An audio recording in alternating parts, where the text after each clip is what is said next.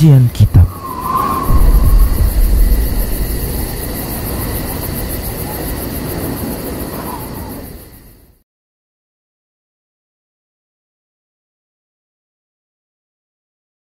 Para pemirsa Arsyad TV juga pendengar radio stream Medan Mengaji, senang sekali kita bisa kembali di podcast serial Fikih Asmaul Husna, dan sudah bersama kita guru kita Ustadz Abu Saib Hafizullah Ta'ala yang seperti biasa akan melanjutkan pembahasan terkait Fikih Asmaul Husna. Dan lumayan lama kita berlibur ya Ustadz. Setelah sekian purnama nih, alhamdulillah kita bisa kembali lagi. Alhamdulillah kita senang sekali bisa membersamai dan bersama-sama tentunya untuk kembali bersama-sama mendengarkan kajian terkait Fikih Asmaul Husna. Dan hari ini insya Allah kita akan kembali melanjutkan pembahasan tentang nama-nama dari nama-nama Allah yang indah dan sifat-sifatnya yang tinggi lagi mulia. Dan di pertemuan kali ini kita akan membahas tentang Al-Khaliq. Apa itu? Kita langsung saja mungkin persilahkan kepada guru kita Ustadz Abu Saib Hafizullah Ta'ala. Al-Khaliq fayatafaddal mashkurah. Silakan Ustadz. Baik, bismillahirrahmanirrahim. Assalamualaikum warahmatullahi wabarakatuh. Alhamdulillahi rabbil alamin. Wa ashhadu an la ilaha illallah wahdahu la syarikalah. Wa ashhadu anna muhammadan abduhu wa rasuluhu la nabiyya ba'dah. Allahumma salli wa sallim ala nabiyyina Muhammad wa ala alihi wa sahbihi wa man tabi'ahum bi ihsanin ila yaumiddin. Allahumma 'allimna ma yanfa'una wanfa'na bima 'allamtana wa zidna 'ilman. Allahumma aslih lana sya'nana kullahu wa la takilna ila anfusina tarfata 'ainin. Kaum muslimin sekalian rahimani wa rahimakumullah jami'an. Alhamdulillah kita bersyukur kepada Allah.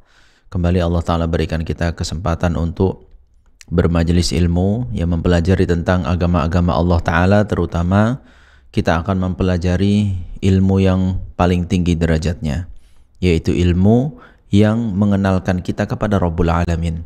Ilmu yang jika kita serius dalam mempelajarinya, kita memahaminya dengan benar, insya Allah akan membawa kita kepada kedekatan kepada Rabbul Alamin, kecintaan kita kepadanya, ketakutan kita terhadap azabnya, dan harapan kita untuk meraih rahmat dan ridha dari Allah Subhanahu wa Ta'ala. Maka mudah-mudahan ya, walaupun sudah sekian lama kita lumayan berhenti ya, vakum dalam podcast ini, tapi alhamdulillah Allah Ta'ala berikan kemudahan kembali untuk melanjutkan. Ya, mudah-mudahan Allah Ta'ala berikan kita keistiqomahan, Allah Ta'ala jadikan kita termasuk orang-orang yang senantiasa semangat dalam menuntut ilmu, dalam belajar, dan menjadi seorang yang memiliki ilmu bermanfaat. Ikhwati fillah rahimani wa rahimakumullah jami'an. Kita akan lanjutkan membaca kitab Fiqih Al-Asmaul Husna karya Syekh Abdul Razak Ibn Abdul Muhsin Al-Abbad hafidhahumullahu hifdhan wasi'an. Ya, bahwasanya inilah kitab yang sangat bagus sekali ya, khususnya bagi penuntut ilmu tahap-tahap awal dalam mempelajari Asmaul Husna. Ini termasuk kitab yang patut dijadikan referensi untuk kita baca, kemudian nanti menjadi tangga awal untuk kita membaca kitab-kitab berikutnya terkait dengan nama-nama Allah Ta'ala yang husna ini.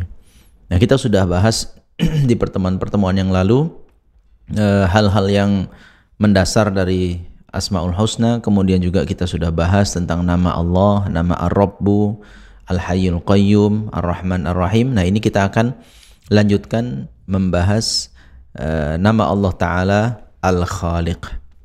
Al-Khaliq ini sering kita ketahui maknanya adalah, atau terjemahannya adalah Maha Mencipta ya, Maha Mencipta. Kalimat Al-Khaliq ya kita dapati banyak di dalam Al-Quran ya. Contohnya di surat Al-Hasyr ayat 24 Allah Ta'ala berfirman, Huwallahul khaliqul bari'ul musawwir.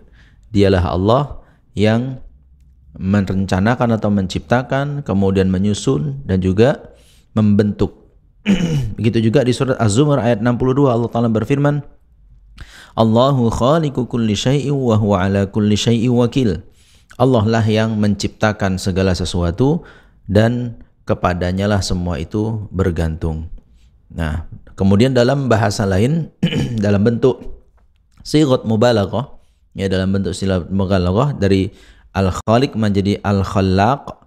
Ini Allah Ta'ala sebutkan di surat Al-Hijr ayat 86. Innallaha huwal khallaqul alim. Sesungguhnya Allah Ta'ala adalah yang maha mencipta dan maha mengetahui. Di surat Yasin ayat 81 juga Allah Ta'ala berfirman, Bala wa huwal khallaqul alim. Ya, bahwasanya dialah zat yang maha mencipta dan maha mengetahui. Itu ya. Jadi dalil atau ayat yang mengungkapkan nama Allah Ta'ala Al-Khaliq itu banyak di dalam Al-Quran, dan ada dua bentuk ya. Ada yang bentuk dengan sebutan Al-Khaliq, yang lain lagi disebut dengan Al-Khallaq ya. Secara makna keduanya bisa difahami adalah Allah Ta'ala yang maha mencipta.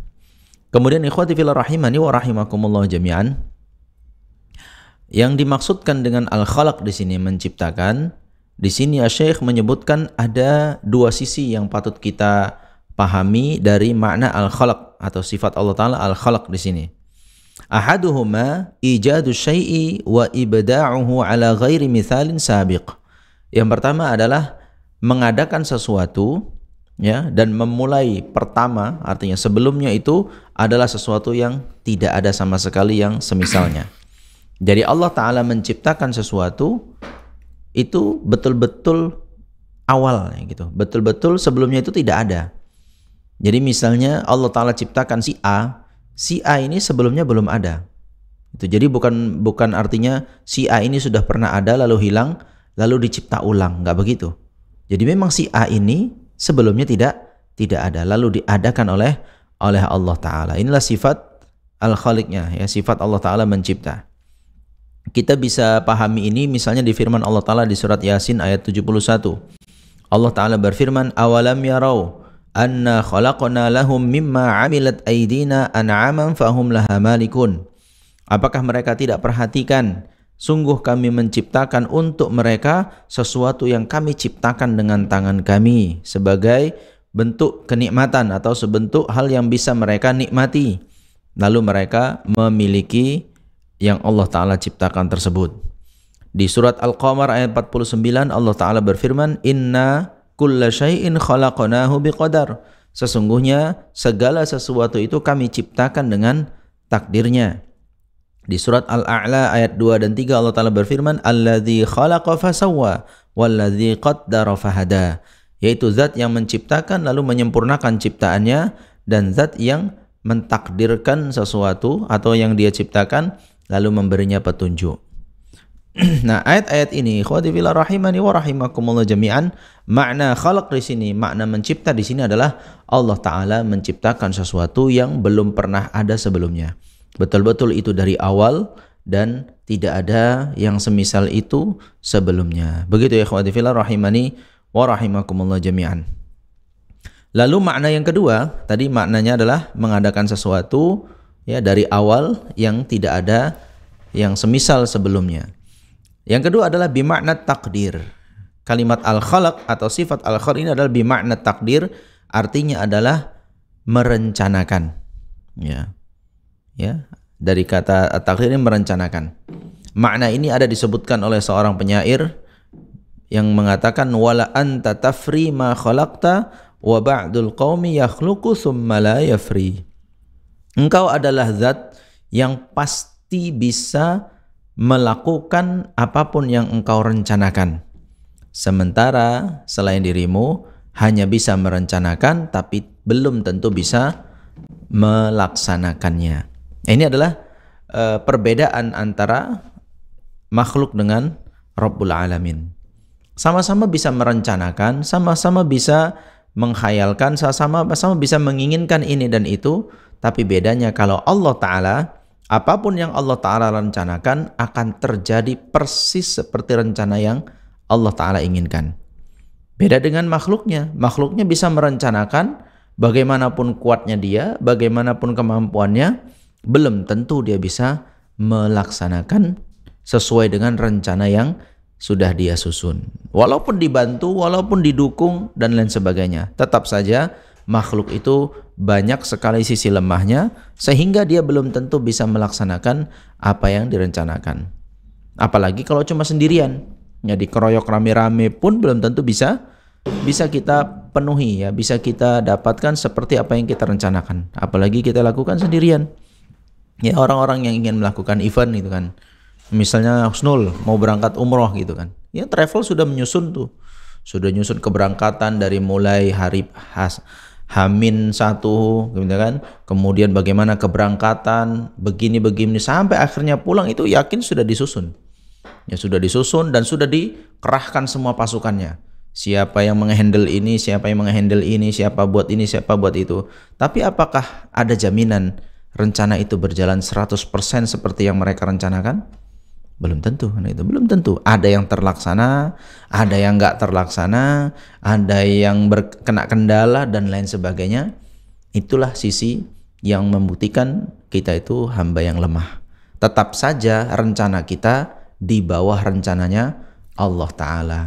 Yang Allah Ta'ala rencanakan pasti terjadi, sementara yang kita rencanakan belum tentu terjadi. Begitu ikhwati fillah rahimani wa rahimakumullah jami'an. Inilah jadi dua makna al-khalaq atau sifat al-khalaq bagi Allah Ta'ala yang menjadi kandungan dari nama al-khaliq. Jadi Allah Ta'ala yang menciptakan itu dan belum ada sebelumnya, lalu Allah Ta'ala akan mengeksekusinya, akan mengadakannya sesuai persis sebagaimana Allah Ta'ala inginkan. Begitu ikhwati fillah rahimani wa rahimakumullah jami'an. Itulah kenapa Allah Ta'ala sebutkan di surat Fatir ayat 3, hal min khaliqin ghairullah, apakah ada yang menciptakan selain dari Allah Ta'ala? Maka jelas ini jawabannya tidak ada yang lain kecuali kita pasti akan katakan tidak ada yang setara dengan Allah Ta'ala. Manusia bisa membuat sesuatu, manusia bisa merencanakan sesuatu, tapi buatan manusia itu tidak seperti Allah Ta'ala yang belum ada sebelumnya. Manusia selalu membuat sesuatu itu mirip-mirip seperti yang sudah ada. Ya, coba kita lihat itu orang menggambarkan tentang alien, nggak jauh-jauh bentuk-bentuknya kayak manusia juga, itu kan? Atau mereka ngadopsi hewan-hewan yang sudah ada. Ketika mereka nggak ada yang bisa menjadikan sesuatu itu, ini belum pernah ada di ciptaan Allah Ta'ala. Selalu kita hanya bisa melakukan mencipta sesuatu itu meniru apa yang sudah ada. Ya beda, artinya beda dengan Allah Ta'ala. Kalau dalam hal rencana juga sama. Kalau Allah Ta'ala merencanakan sesuatu pasti terjadi sesuai dengan apa yang lain. Itulah khalaqnya Allah Ta'ala, menciptakan sesuatu persis seperti yang Allah Ta'ala rencanakan. Ya, nanti kita akan bahas ini insyaallah mungkin di pertemuan berikutnya. Ada kemiripan di sana al-sifat al-khaliq, al-bari, al-musawwir. Ini berkaitan. Al-khaliq itu ya secara singkatnya yang merencanakan, al-bari yang kemudian dia mentanfidnya atau melaksanakan rencana tersebut, lalu al-musawwir yang menggambarkannya. Al-musawwir ini yang menggambarkan. Insyaallah ini akan kita bahas di pertemuan berikutnya. Nah begitu ya, jadi Allah Ta'ala maha sempurna dengan ciptaannya. Sangat jauh seorang hamba kalau ingin menandingi kekuasaan Allah Ta'ala. Kalau ingin menandingi maha penciptanya Allah Ta'ala, sangat jauh. Bahkan juga akan ditantang oleh Allah Ta'ala. Di surat Luqman ayat 11, Allah Ta'ala berfirman, hadza khalqullah fa'aruni madza khalaqal ladzina min dunih. Inilah ciptaan Allah, kalian bisa saksikan ini semua ciptaan Allah Ta'ala. Tunjukkan apa yang diciptakan oleh yang kalian sembah selain Allah Ta'ala, atau apa yang diciptakan oleh selain Allah Ta'ala. Balil zalimuna fi dhalalim mubin. Justru orang-orang zalim itu berada di dalam kesesatan yang nyata. Jadi tantangan dari Allah Ta'ala. Ya, kalau kalian merasa hebat, kalau kalian merasa ada tandingan bagi Allah Ta'ala, dari sisi ini siapa yang bisa menandingi? Ya, dari sisi ini siapa yang bisa setara dengan Allah Ta'ala? Jelas tidak ada, jangankan 1-2 orang, kita sedunia berkumpul pun ya untuk menciptakan seekor lalat saja tidak bisa. Kita bisa baca itu di surat Al-Hajj ayat 73 dan 74. Allah Ta'ala berfirman, ya ayuhan nas duriba mathalun fastami'ulah. Wahai sekalian manusia, diberikan kepada kalian satu permisalan, dengarkan permisalan ini. Ya, kita diperintahkan untuk dengarkan baik-baik. Allah Ta'ala mengatakan, innal ladzina tad'una min dunillahi la yakhluqu dzubaba wala wijtama'ulah. Sesungguhnya yang kalian berdoa kepadanya selain Allah Ta'ala itu tidak akan bisa menciptakan apapun Ya, sekalipun hanya seekor lalat. Dan itu sekalipun mereka berkumpul semuanya. Mereka menyusun strategi, mereka kumpulkan bahan, mereka keluarkan ide, mereka cari cara. Gak akan mungkin bisa. Gak usah jauh-jauh yang gede-gede, gak usah cerita gunung, gak usah cerita langit, gak usah cerita bumi. Lalat saja dulu. Lalat saja kalau bisa ciptakan. Bahkan direndahkan lagi oleh Allah Ta'ala. Direndahkan lagi tantangannya. Wa iyyaslubuhumudz dzubabu syai'an la yastanqidhuhu min. Seandainya, oke lah lalatnya kalian gak bisa ciptakan. Seandainya lalat itu mengambil sesuatu dari diri kalian, bisa gak tuntut balik sama lalatnya itu untuk kembalikan? Ambil tuh. Ini lalat ada mencolok di makanan kita atau di badan kita nih. Diambilnya sekian keringat kita. Dihisapnya. Pergi dia. Kejar tuh lalat. Tangkap, kembalikan itu. Diambil DNA-nya, Ustaz. Siapa yang sanggup coba? Siapa yang sanggup? Ya nggak usah cerita, oke lah, lalat ternyata kita angkat tangan. Wah, ternyata pun kalau kita perhatikan kan orang sains ketika bisa foto lalat itu dengan diperbesar, subhanallah, ternyata ribet gitu kan. Badan lalat itu sangat-sangat kompleks sekali. Kenapa bisa sampai seperti itu? Makanya ketika Allah Ta'ala turunkan, oke lah nggak usah ciptakan lalat. Itu lalat kalau nemplok di diri kalian atau di yang kalian ibadahi selain Allah Ta'ala, yang paling kuat sekalipun, yang paling canggih sekalipun, ambil kembali apa yang sudah diambil oleh lalat itu. Coba ditantang ilmuwan kayak begitu. Ayo kita undang lalat, nemplok dia, kejar lagi apa yang sudah dia ambil.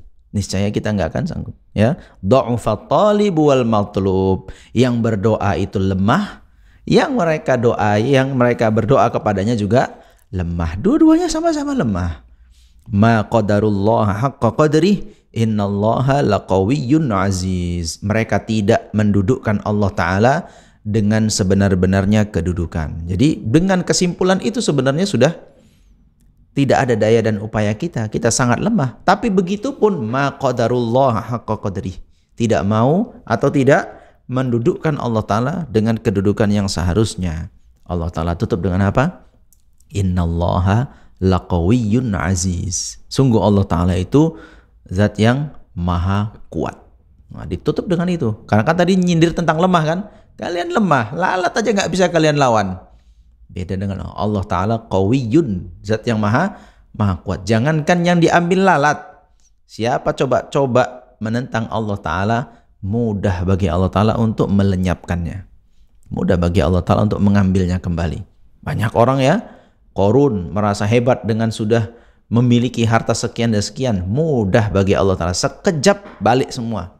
Hilang semua dari tangan Qarun. Firaun yang merasa sudah berkuasa begini dan begitu. Dalam sekejap Allah Ta'ala tunjukkan. Hilang kekuasaannya. Dihilangkan oleh Allah Ta'ala. Begitu. Innallaha laqawiyyun. Allah Ta'ala sungguh maha kuat, azizun, dan maha perkasa. Begitu ikhwati fillah rahimani wa rahimakumullah jami'an. Jadi disinilah kita poin yang kita pahami tentang nama Allah Ta'ala Al-Khaliq, Sang Pencipta. Allah Ta'ala itu maha menciptakan segala sesuatu dan ciptaan Allah Ta'ala tak akan ada yang bisa menandinginya. Kemudian berikutnya kita pahami nama Allah Ta'ala Al-Khaliq ini, bahwa Allah Ta'ala itu menciptakan makhluknya bukan main-main, ya, bukan sia-sia, bukan tanpa tujuan. Ya, tentu ini berbanding jauh dengan manusia. Manusia kadang buat sesuatu nggak ada gunanya gitu kan. Udah terjadi, sudah dibuat, jadi nggak ada manfaatnya, nggak ada gunanya gitu kan, nggak ada tujuannya. Ya udah buat begitu saja, atau bahkan malah merusak jadinya. Gitu. Beda dengan Allah Ta'ala. Allah Ta'ala berfirman di dalam Al-Quran Al-Anbiya, di surat Al-Anbiya ayat 16-18. Wa ma khalaqnas samaa'a wal arda wa ma bainahuma la'ibin. Kami tidaklah menciptakan langit dan bumi dan apa yang ada di antara keduanya itu hanya untuk bermain-main saja. Tidak ada.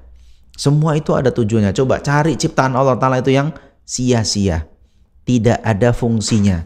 Tidak ada manfaatnya. Tidak ada kegunaannya. Sebutkan. Apa yang sia-sia? Nggak ada. Kalau si dianya merasa nggak ada manfaatnya, ya mungkin itu salah dari sisi si makhluknya sendiri. Tapi Allah Ta'ala tidak ada menciptakan apapun sia-sia. mau sebutir pasir pun, mau kerikil pun, mau itu hewan-hewan yang mungkin kita rasa itu adalah hewan-hewan yang hina, Bahkan lalat tadi ya, Ustaz? bahkan lalat tadi, semua ada fungsinya. Iya, Anda pernah benar itu ada sebuah video, ya kan, membuat simulasi. Seandainya dunia tanpa lalat, dibuat di simulasinya. Seandainya dunia tanpa lalat, Apa yang terjadi berpuluh-puluh tahun ke depan gitu maksudnya, Ustaz? mati ya, manusia punah. Manusia yang punah tuh. Punah, semua punah. Karena apa? Ternyata lalat ini yang menstabilkan. Ya, menstabilkan ada bakteri-bakteri. Ini itu lalat yang berfungsi untuk memindahkan, memakan dan lain sebagainya. Kalau tidak ada lalat, wah, subhanallah. Dulu mungkin kita sering ya dengar kisah tentang sejarah di Cina. Cina sempat memusuhi burung emprit, itu kan. Mereka merasa burung emprit itu burungnya makan padi ya, karena namanya burung emprit. Ada orang sebagian namanya burung apa, gereja atau apa gitu, iya kan? Gitu, yang makan padi itu, rombongan mereka makan padi. Itu dulu kan pernah tuh, Anda lupa tahun berapa tuh, pernah lihat videonya tuh. Cina menyatakan burung emprit ini mempengaruhi hasil panen mereka. Jadi merugilah gitu gara-gara burung emprit. Maka diumumkan untuk rakyatnya berburu burung emprit. Siapa yang bisa berburu burung emprit semakin banyak dapat hadiah. Habis burung emprit. Ya, waktu itu di Cina habis burung emprit. Kenyataannya apa?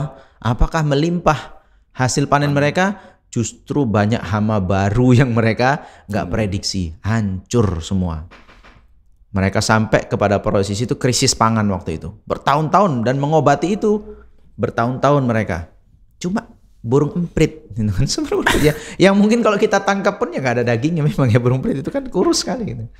Begitulah. Jadi memang nggak ada yang sia-sia dari yang Allah Ta'ala ciptakan. Semua yang Allah Ta'ala ciptakan itu ada tujuannya. Apalagi manusia ya. Jadi sekedar lalat, sekedar burung emprit, sekedar makhluk-makhluk yang mungkin menurut kita itu tak berharga sama sekali. Ternyata itu bukan hal yang sia-sia. Begitu ya ikhwati fillah rahimani wa rahimakumullah tadi. Wa ma khalaqnas samaa'a wal arda wa ma bainahuma la'ibin. Kami tidak ciptakan langit dan bumi serta apa yang ada di antara keduanya itu dengan main-main. Lau aradna an nattakhidha lahwan lattakhadnahu min ladunna in kunna fa'ilin. Seandainya kami berkeinginan untuk menciptakan atau mengadakan mainan, atau di sini dalam tafsirnya menjadikan punya istri, ada istri dan anak-anak untuk bermain-main, sungguh kami akan mengambil dari diri kami jika kami mau melakukannya. Bal naqdhifu bil haqqi 'alal batili fayadmaghuhu fa idza huwa zahiq wa lakumul wailu mimma tasifun. Bahkan kami lantarkan yang hak terhadap yang batil sehingga yang hak ini menghancurkan yang batil, lalu menjadi sirnalah kebatilan itu, dan kalian akan disiksa, akan mendapatkan siksaan yang pedih di neraka atas sifat yang kalian berikan kepada Allah Ta'ala. Begitu ya ikhwati fillah rahimani wa rahimakumullah jami'an. Di surat Al-Mu'minun juga ayat 115 dan 116 ini berkaitan dengan manusia, terkait dengan penciptaan manusia. Afa hasibatum annama khalaqnakum abatha wa annakum ilaina la turja'un. Apa kalian sangka kalian itu kami ciptakan hanya sia-sia begitu saja? Kami ciptakan itu hanya sekedar lahir, makan, minum, tidur, makan, minum, tidur, mati, sudah. Tidak, tapi itu ada tujuannya. Wa annakum ilaina la turja'un. Kalian menyangka kalian itu nggak akan dibangkitkan lagi, nggak akan dikembalikan lagi kepada Allah Ta'ala. Allah Ta'ala firmankan, fata'alallahul malikul haq, la ilaha illa huwa rabbul arsyil karim.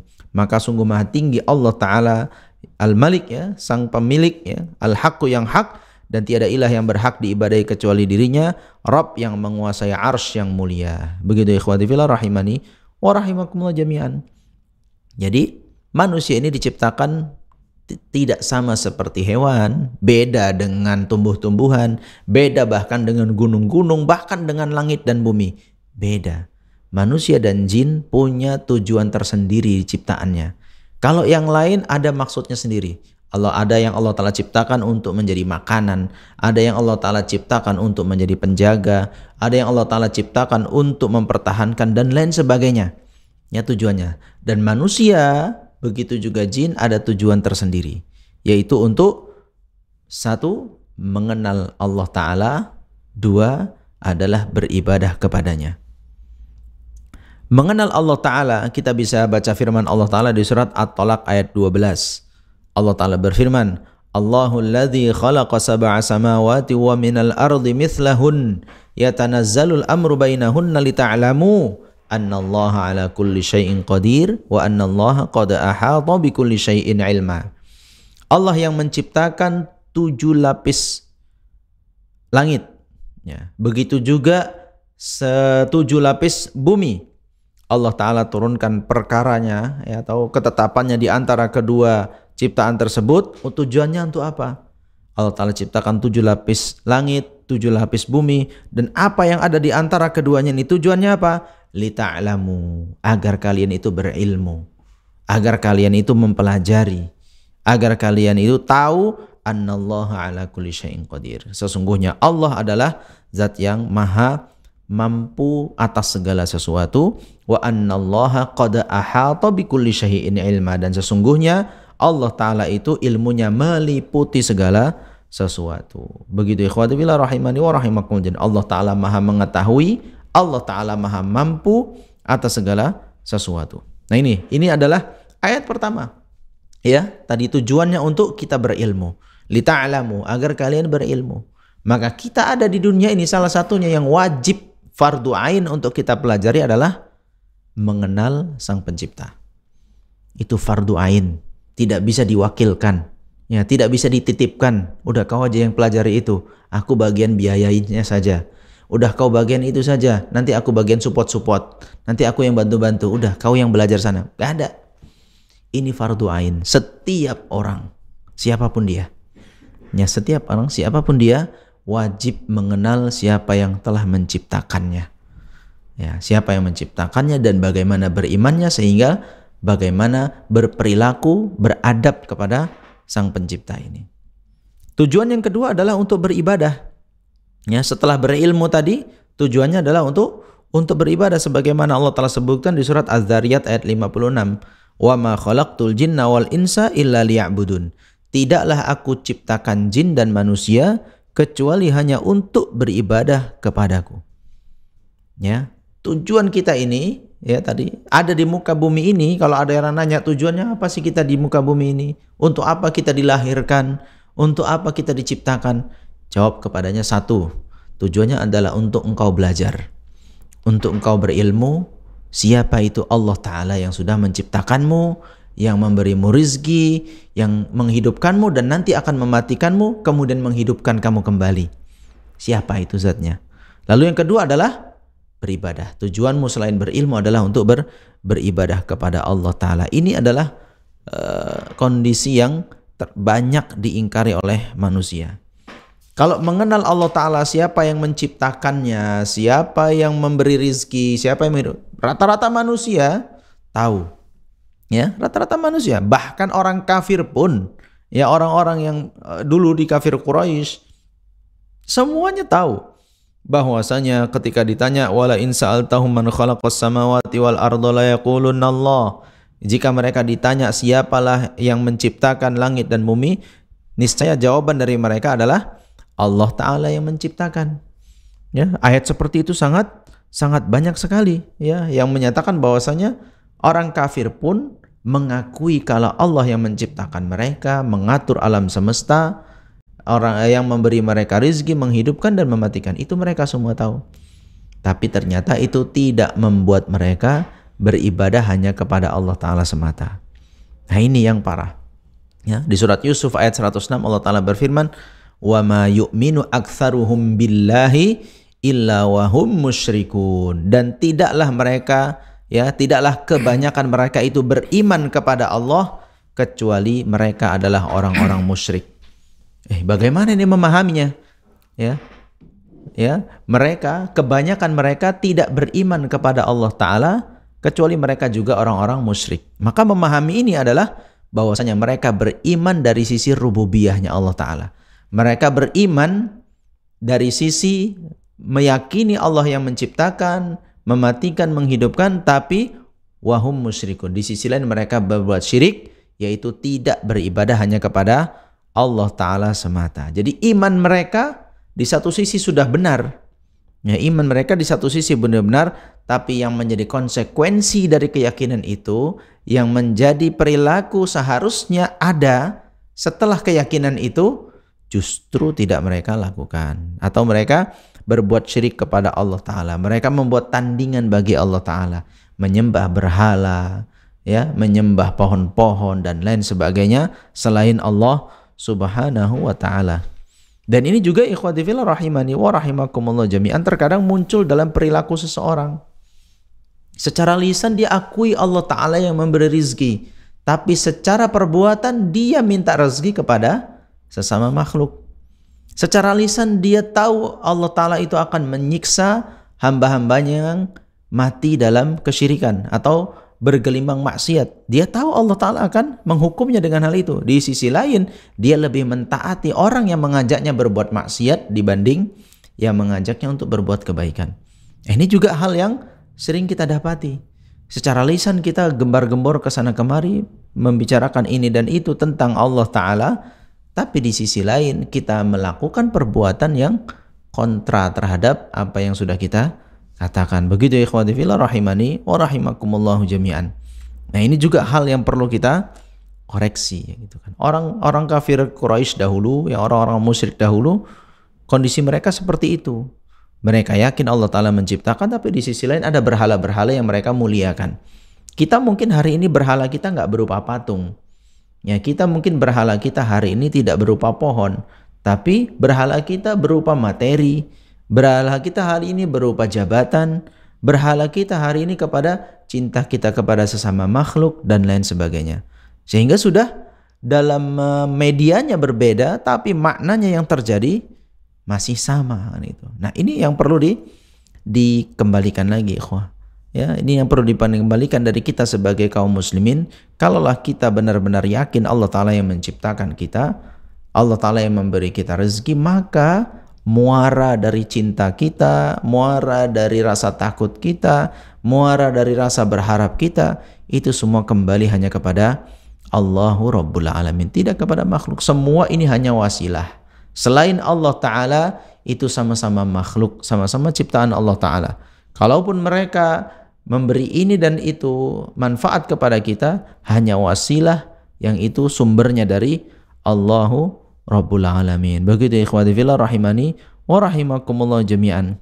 Maka keyakinan kita terhadap bahwasanya Allah Ta'ala yang menguasai alam semesta ini, yang menciptakan kita semua, berbanding lurus dengan perilaku kita sehari-hari. Berbanding lurus tentang bagaimana kita berhadapan dengan perintah Allah Ta'ala dan menjauhi larangannya. Ini harus sebanding lurus kalau memang benar-benar beriman.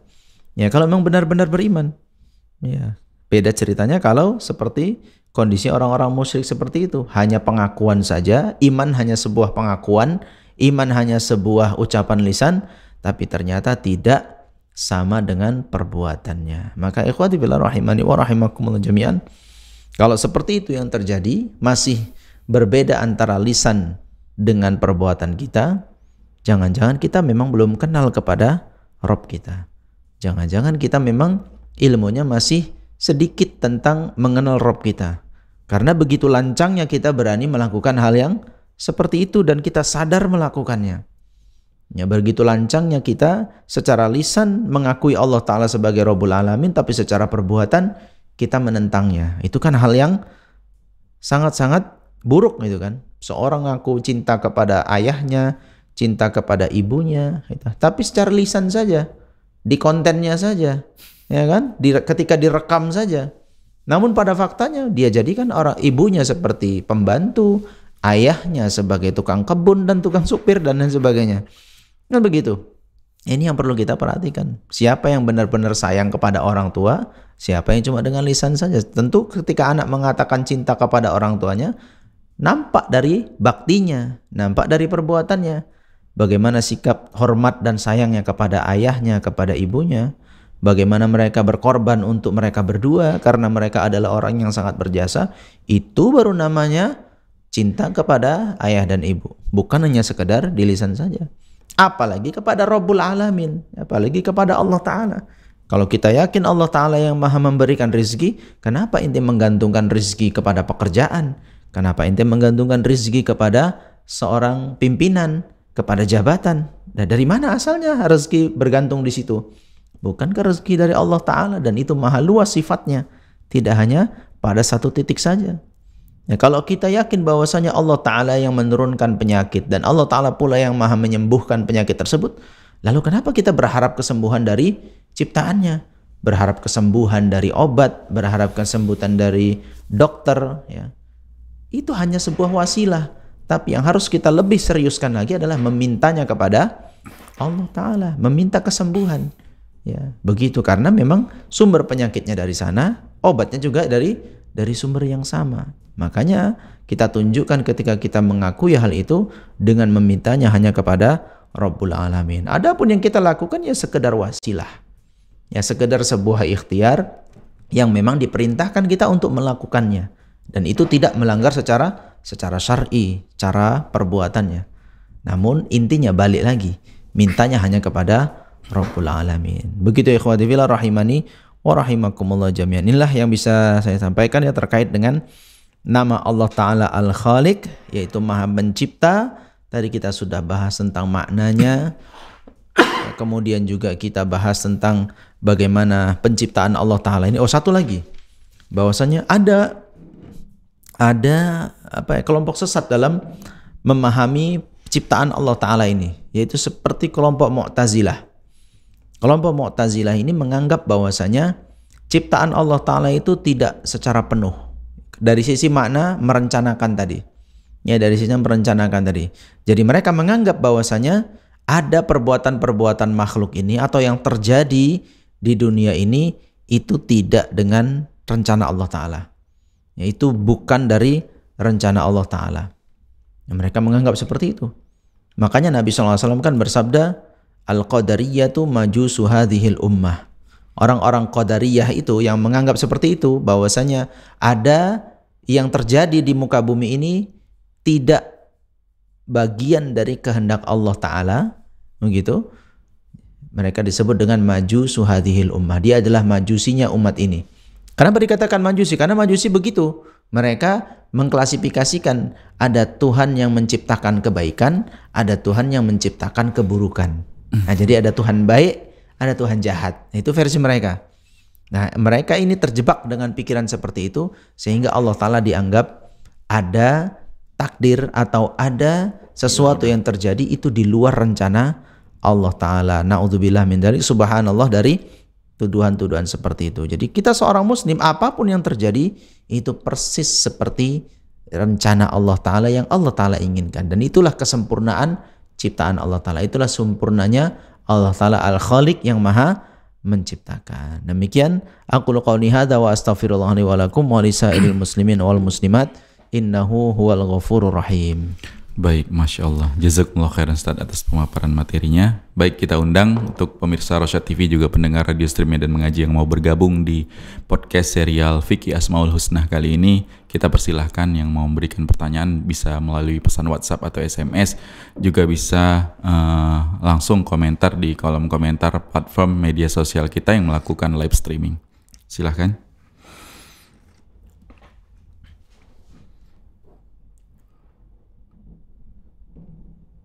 Mungkin dari kita dulu Ustaz.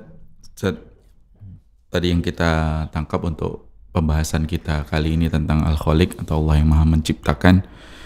Artinya yang disampaikan tadi adalah bahwasannya seluruh makhluk atau yang diciptakan adalah lemah gitu ya Ustaz. Sama-sama lemah.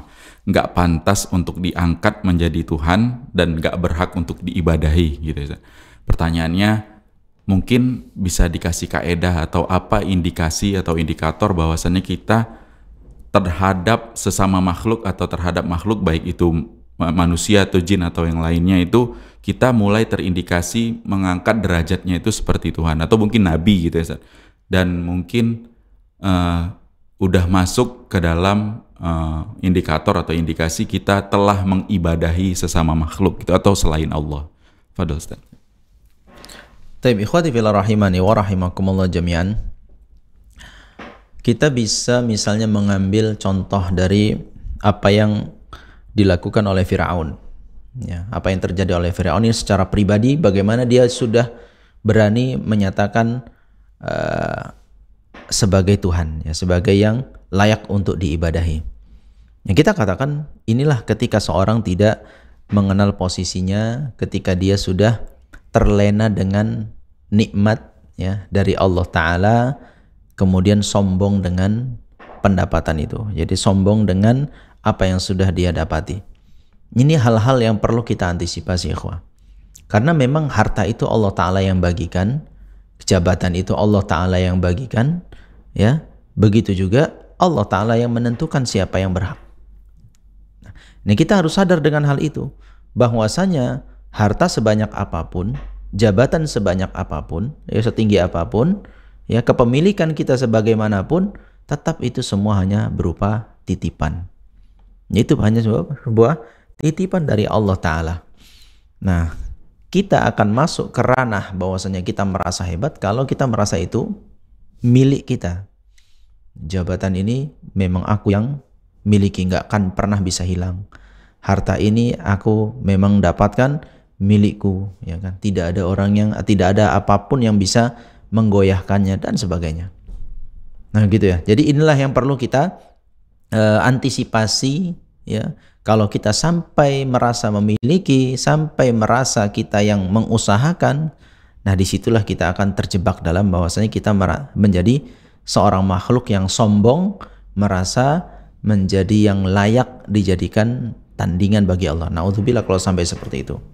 Ya, artinya ketika dia dalam posisi kekuasaanku tak terbatas lagi, kekayaanku tak terbatas lagi, tak ada yang bisa menandingi, tak ada yang bisa menggoyahkan, dia lupa ada yang punya ternyata di atas dia. Ada yang punya yang mengendalikan itu semua. Terkait ketika seorang menghambakan orang lain, yang lebih adalah ketika kita balikkan bagaimana sikapnya terhadap perintah Allah Ta'ala jika perintahnya ini berkontra dengan makhluk, gitu kan. Allah Ta'ala halalkan, makhluk ini mengharamkan. Mana kita pilih?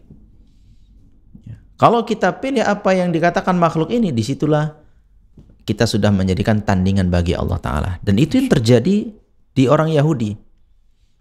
Allah Ta'ala berfirman dalam Al-Quran, ittakhadhu ahbarahum wa ruhbanahum arbaba min dunillah.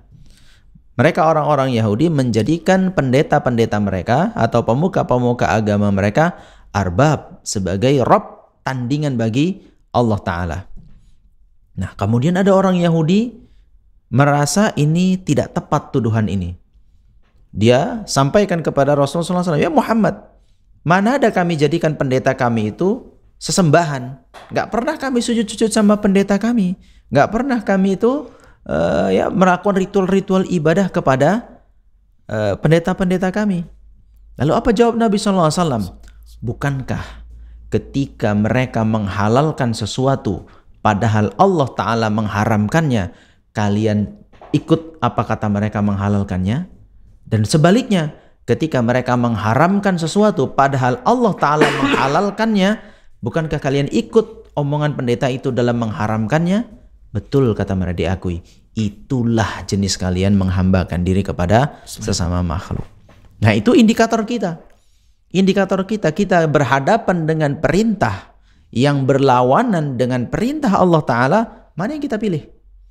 Ketika kita pilih perintah makhluk, disitulah kita sudah menjadikan tandingan bagi Allah Ta'ala. Ada yang kita taati lebih tinggi daripada Allahu Rabbul Alamin. Maka kan keluar kaidah la ta'ata li makhlukin fi ma'siyatil khaliq. Tidak ada ketaatan kepada sesama makhluk dalam rangka bermaksiat kepada sang Khalik, kalau itu berlawanan dengan syariatnya Al-Khalik. Nah, di situ. Kecintaan juga sama.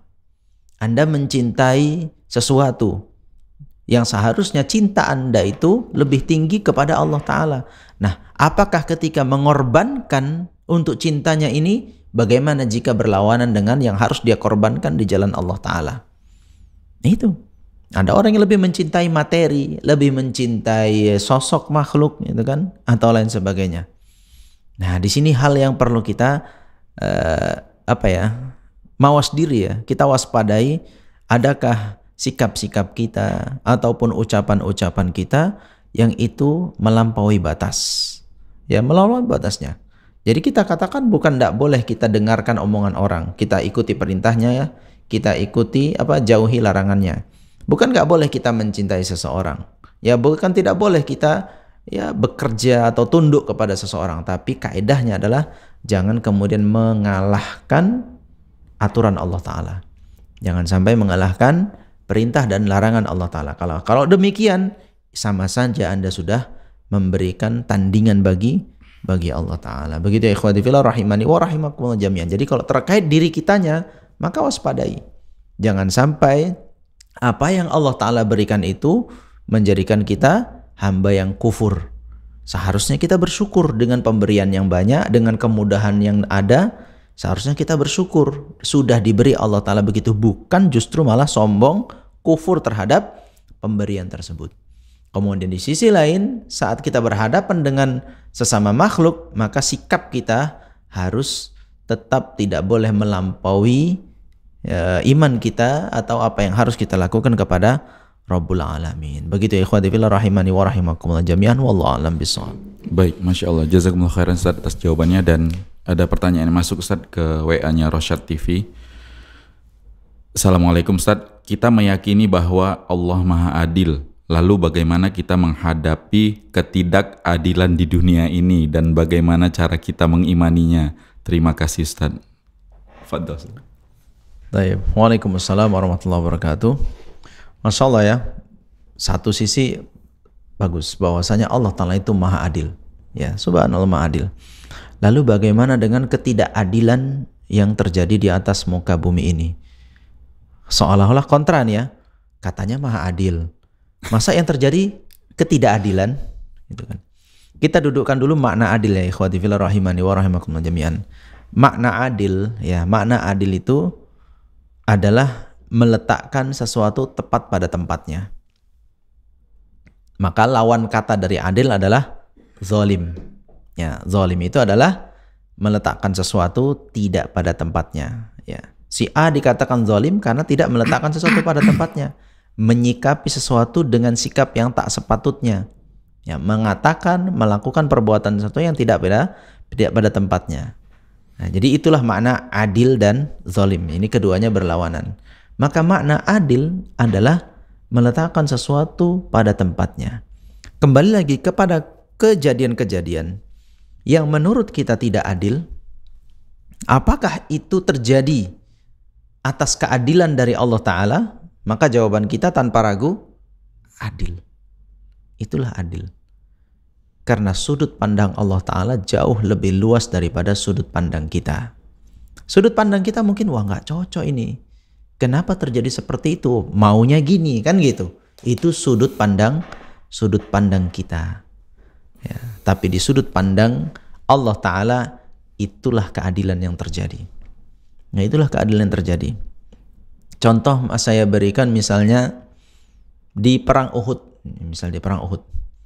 Kenapa di perang Uhud itu subhanallah kaum muslimin itu teruk gitu kan. Sampai 70 orang sahabat tewas di perang Uhud. Itu kan mana, kalau orang mau provokasi kan, mana pertolongan? Mana yang katanya janji-janji, mana begini? Kok 70 orang ini mati dibiarkan begitu saja kan itu kan? Tidak seperti di perang Badar. Nggak ada yang mati kan itu kan? Nggak ada yang jadi korban. Kenapa di perang Uhud sampai teruk seperti itu? Nah, dari mana sisi adilnya? Ya, sekarang kita bisa baca kisah yang disebutkan oleh para ulama dan sisi mana kita memandang apa yang terjadi di perang Uhud itu. Salah satunya apa? Salah satunya yang mungkin bisa langsung menjawab pertanyaan itu adalah, bukankah para sahabat memohon kepada Allah Ta'ala untuk diberikan mati syahid? Gimana cara memenuhi mati syahid? Kalau nggak mati di medan perang. Mereka yang berdoa, kan kita bisa baca kisahnya. Aku lihat surga di depan, aku ingin mati syahid, aku ingin kejar bidadari dan sebagainya. Itu bagaimana cara Allah Ta'ala mengeksekusinya? Ya memang dengan cara mati syahid. Jadi kematian mereka bukan berita buruk bagi kaum muslimin, bukan. Itu adilnya Allah Ta'ala mengijabahi doa-doa mereka. Itu satu sisinya, itu salah satu sisinya. Dan memang kita kebiasaannya seperti itu. Kita memahami sesuatu kalau sudah terjadi atau bahkan jauh di waktu lampau, di waktu tahun-tahun berikutnya baru kita sadar, pantaslah kejadiannya kayak begitu. Itulah sisi maha adilnya Allah Ta'ala, dan kita sering ikhwah dapat gitu. Ya, saat ini mungkin kita melihatnya, wah gak adil Allah Ta'ala ini kok jadinya kayak begini. Nanti kalau kita luaskan lagi pandangan kita, ditunjukkan oleh Allah Ta'ala, baru sadar kita, oh ya pas, memang cocok, itulah pas. Begitu kira-kira ikhwah. Ya, mungkin ada sebagian orang mengandang, wah aku dulu satu sekolah sama dia, belajar bareng, lulus bareng, ya kan, main bareng, bla bla bareng. Udah dewasa gini kok dia kaya, aku miskin. Nah gitu kan kadang-kadang. Gak adil Allah Ta'ala. Ya itu tadi ya, sudut pandang dia itu adil itu sama ternyata ya kan. Dia menurut dia sudut pandang itu adil itu harus sama. Setara. Ya kan gak mungkin juga kalian selamanya tinggal di sekolah yang sama, tinggal di rumah yang sama, punya istri yang sama, punya anak yang sama. Mana mungkin kan? Jadi orang tua sama anak-anaknya nggak adil dalam pandangan anak-anaknya. Nah bener gitu. Jadi makna adil itu nggak mesti sama. Ketika Allah Ta'ala tetapkan dia punya kekayaan begini, ternyata Anda tidak seperti itu jumlahnya, itu adil. Nah tinggal dari sudut mana kita mengetahui adilnya Allah Ta'ala dalam menetapkan takdir ini. Ya, kalau kita pahami ya memang kita mungkin karakternya cocoknya miskin, dia karakternya cocoknya kaya. Kenapa? Dengan kekayaan itu dia justru jadi orang yang dermawan. Kalau ini dibalik kita yang kaya, jangan-jangan kita pelit, gitu kan? Itu sombong itu. Nah begitu, jadi sombong. Sebaliknya dia, kalau dia dijadikan miskin, jangan-jangan dia orang yang nggak tahan dengan kemiskinan, malah kufur. Jadi dia spesialis syukur, kita spesialis sabar. Wah, udah cocok. Akhirnya jumpanya di surga, tetap jumpanya di surga. Kan begitu, itu adil kan? Adil. Coba kalau dibalik, dua-dua jumpa di mana? Di neraka jadinya kan. Jadi buruk gitu kan. Jadi buruk. Makanya kitanya yang jangan buru-buru untuk menilai ini tidak apa. Kalau kita memberikan secara sesama makhluk apa yang kita ketahui, apa yang kita dapati, lalu kita menilai itu tidak adil, ya silahkan. Itu sudut pandang ada. Ya, sudut pandang kita sebagai makhluk yang sangat-sangat lemah dan sempit sekali sudut pandang kita terhadap satu kejadian. Tapi ketetapan Allah Ta'ala jelas itu maha adil. Apa yang sudah Allah Ta'ala ciptakan terjadi, itu adalah maha adil. Terjadi dengan keadilannya Allah Ta'ala. Ya, kitanya yang belum nalar ke situ. Kitanya belum menjangkau sampai seperti itu mikirnya. Tapi kita yakin Allah Ta'ala maha adil. Begitu ya. Jadi kalau kita melihat suasana kondisi yang tidak adil, tapi jangan kemudian membawa kita berpikir Allah Ta'ala tidak adil. Ya. Yang menilai tidak adil itu sudut pandang kitanya. Tapi di sudut pandang Allah Ta'ala itu adalah terjadi dengan kemahaadilan Allah Ta'ala kepada seluruh makhluk ciptaannya. Begitu ya ikhwati fillah rahimani wa rahimakumullah jami'an. Wallahu a'lam bishawab.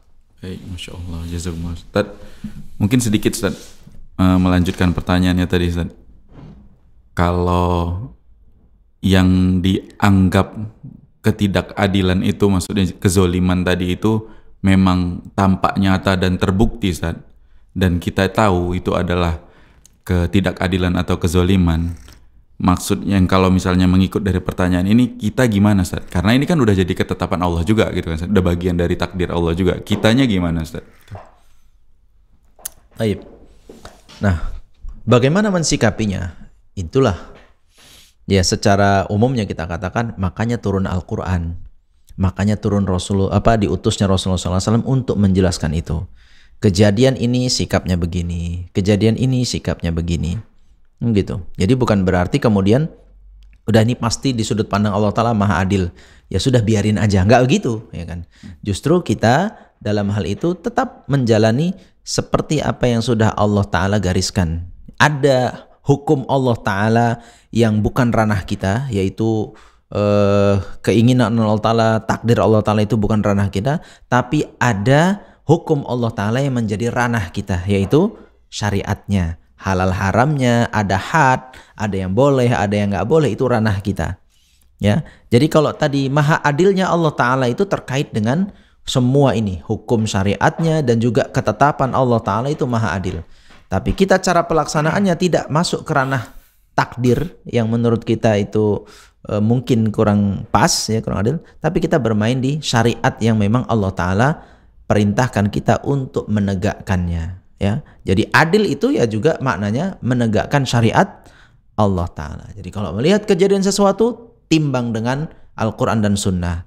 Melihat sesuatu, menyikapi sesuatu, mengomentari, semua itu timbang dengan Al-Quran dan Sunnah. Karena itulah proporsional yang Allah Ta'ala inginkan dari sikap kita, ucapan kita, dan perbuatan kita. Begitu ya ikhwati fillah rahimani wa rahimakumullah jami'an. Ya banyak kejadian.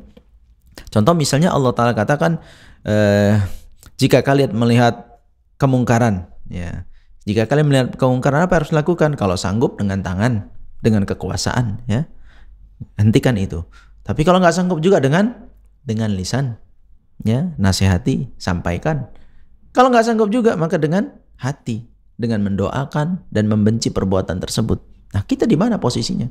Ya silahkan lakukan sesuai dengan tuntunan yang sudah Allah Ta'ala berikan ini, tidak melampaui batasnya. Jadi bukan berarti kemudian melanggar yang sudah Allah Ta'ala tetapkan. Jadi betul, ketika melihat ketidakadilan, ada lihat adik-adik di kompas sama abang-abang, ya kalau sanggup ente punya sejurus dua jurus, lawan, ya kan? Lawan dia gitu kan. Tapi kalau kira-kira mau jurus apa ini, yang ada cuma jurus kabur gitu kan, ya minimal telepon mungkin Pak Kepling yang ada di situ, Pak polisi gitu kan, untuk menghentikan perbuatan itu. Nggak ada juga upaya kayak begitu. Doain adik itu, ya Allah dek, mudah-mudahan kau selamat kan, itu kan. Abang nggak bisa apa-apa ini. Ya, begitu sikapnya kan. Mau apa lagi gitu kan.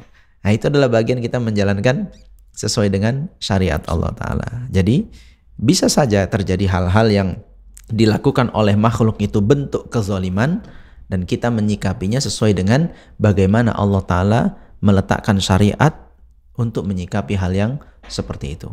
Adapun terjadinya itu sesuai dengan takdir Allah Ta'ala, itu di atas juga sifat Allah Ta'ala yang maha adil. Demikian. Wallahu a'lam bishawab. Baik, Masya Allah. Jazakumullah khairan Ustaz. Ustaz, mungkin karena kita sudah di penghujung Ustaz, mungkin ini terakhir Ustaz, penutup. Tadi disebutkan bahwasannya tidak ada yang sia-sia dari ciptaan Allah gitu ya Ustaz. Apakah ini termasuk bisa diterjemahkan atau diartikan tidak ada produk gagal gitu dari apa yang Allah ciptakan gitu kan, apalagi manusia. Tapi mungkin ada yang pernah merasa Ustaz gagal sebagai seorang anak untuk orang tuanya gitu ya Ustaz. Gagal sebagai seorang abang untuk adik-adiknya, gagal sebagai seorang adik untuk abang dan kakaknya, gagal mungkin dalam statusnya mungkin sebagai suami untuk istrinya, istri untuk suaminya, ayah untuk anak-anaknya, atau ibu untuk anak-anaknya. Ini kalau tingkat perasaan seperti ini sampai seperti ini, apakah termasuk atau apakah bisa jatuh kepada kekufuran atau gimana Ustaz? Ya. Taib ikhwati fillah rahimani wa rahimakumullah jami'an. Hal yang perlu kita munculkan dalam diri kita setelah kita belajar tentang Allah Ta'ala itu maha menciptakan. Dan di antaranya Allah Ta'ala ciptakan adalah diri kita. Dan Allah Ta'ala menciptakan kita itu dengan ahsani taqwim, ya, dengan penciptaan yang paling bagus, gitu kan. Kemudian juga Allah Ta'ala ciptakan kita tidak sia-sia. Maka di situ Anda harus sadar, Anda itu ada tujuan yang diciptakan di bumi ini. Salah satu ya secara umum tadi sudah kita katakan, tujuannya untuk belajar, berilmu tentang siapa itu Rabbul Alamin. Yang kedua adalah untuk beribadah kepadanya, dan tentu ada manfaat lain. Gak mungkin sebuah kerikil saja diciptakan di bumi, ada gunanya untuk ganjel ban, ya kan, untuk menjadi bagian dari sebuah bangunan, ada. Masa manusia segede ini makannya banyak nggak ada gunanya? Gitu ya, pasti ada. Walaupun betul lika-liku kehidupan itu tak bisa dipungkiri. Ya, lika-liku kehidupan kita tak bisa dipungkiri, yang itu bagian dari ujian dari Allah Ta'ala. Itu bagian dari ujian itu. Bagian dari bentuk peribadahan kita kepada Allah Ta'ala. Ya namanya ujian, nggak semuanya gampang. Kan itu kan, nggak semuanya gampang. Ada yang perlu remedial bahkan kan itu kan, perlu remedial. Ente sebagai anak remedial ini, waduh, jadi 8 tahun atau 5 tahun belakangan remedi, ya kan ada waktu perbaikan. Umur masih ada, berarti ada masih perbaikan nilai, kan begitu. Di sekolah kan kita pahami itu, ada jadwal ujian, ada jadwal remedial. Gitu. Nanti bagi rapot yang penting KKM, lulus kan itu kan. Yang penting kan itu kita kejar. Nah gitu. Jadi kalau gagal itu hal yang wajar dalam sebuah ujian. Satu hal yang kita jalani, ada berhasil, ada gagal, wajar. Ujian tuh ada yang mudah kita menjawabnya, mudah kita jalaninya, tapi ada yang memang kita butuh belajar lagi, ya butuh telaah lagi, butuh membahas lagi, butuh merenung lagi, muhasabah lagi. Nah, begitu. Yang penting jangan larut ketika gagal. Ketika keluar hasil ujian, lalu putus asa, nilainya di bawah KKM, merasa tidak akan naik kelas, dan seterusnya stres, bunuh diri. Kan nggak gitu.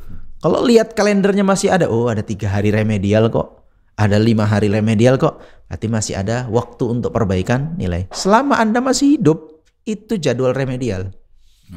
Ya kan? Selama Anda masih diberi umur, atau selama orang tua yang Anda gagal selama ini berbakti kepadanya, ada anak-anak yang selama ini mungkin Anda merasa gagal menjadi ayahnya, atau ada wanita yang Anda merasa gagal jadi suaminya.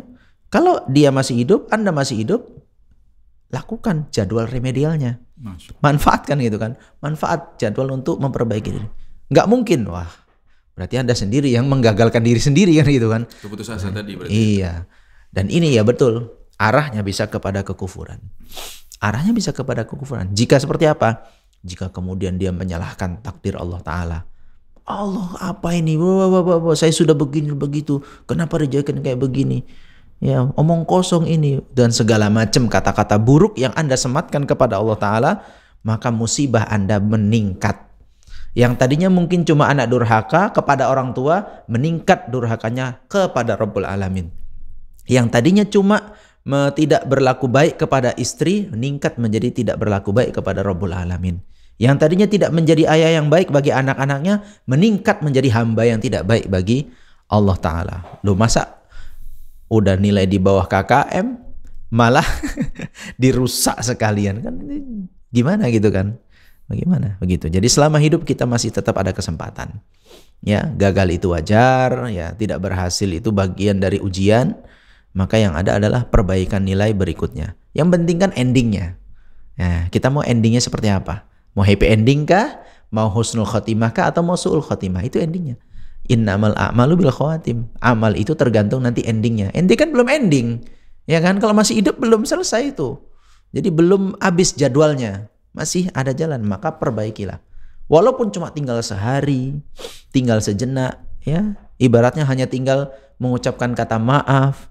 Ibaratnya hanya sekedar menyesal dengan apa yang sudah dilakukan, ingin berubah. Itu hal-hal yang patut untuk diperbaiki, kan begitu. Walaupun belum melakukan apa-apa, habis itu dipanggil oleh Allah Ta'ala. Walaupun belum selesai perbaikannya, sudah meninggal dunia, tapi sudah ada usaha kebaikan. Dan mudah-mudahan itu husnul khatimah. Kan begitu ikhwati fillah rahimani wa rahimakumullah. Jadi bukan berarti kita kemudian putus asa dengan kegagalan. Justru kegagalan itu mengajarkan kepada kita agar tidak mengulangi kegagalan yang sama dan berhasil di kemudian hari. Demikian wallahu a'lam bishawab. Baik, Masya Allah. Jazakumullah khairan Ustaz atas penjelasan, bimbingan dan arahnya. Dengan demikian, para pemirsa Rosyad TV juga pendengar Radio Stream dan Mengaji, kita cukupkan podcast serial Fikih Asmaul Husna kali ini. Dan insya Allah kita sambung di pertemuan selanjutnya, masih di hari dan jam yang sama insya Allah. Ustaz, ada tambahan lagi Ustaz kira-kira Ustaz? Kita cukupkan. Baik, kami mewakili kru yang bertugas pamit. Insya Allah kita ketemu lagi di pertemuan selanjutnya, masih di serial Fikih Asmaul Husna. Kita tutup dengan doa kafaratul majlis. Subhanakallahumma wa bihamdika asyhadu an la ilaha illa anta astaghfiruka wa atubu ilaik. Assalamualaikum warahmatullahi wabarakatuh. Waalaikumsalam.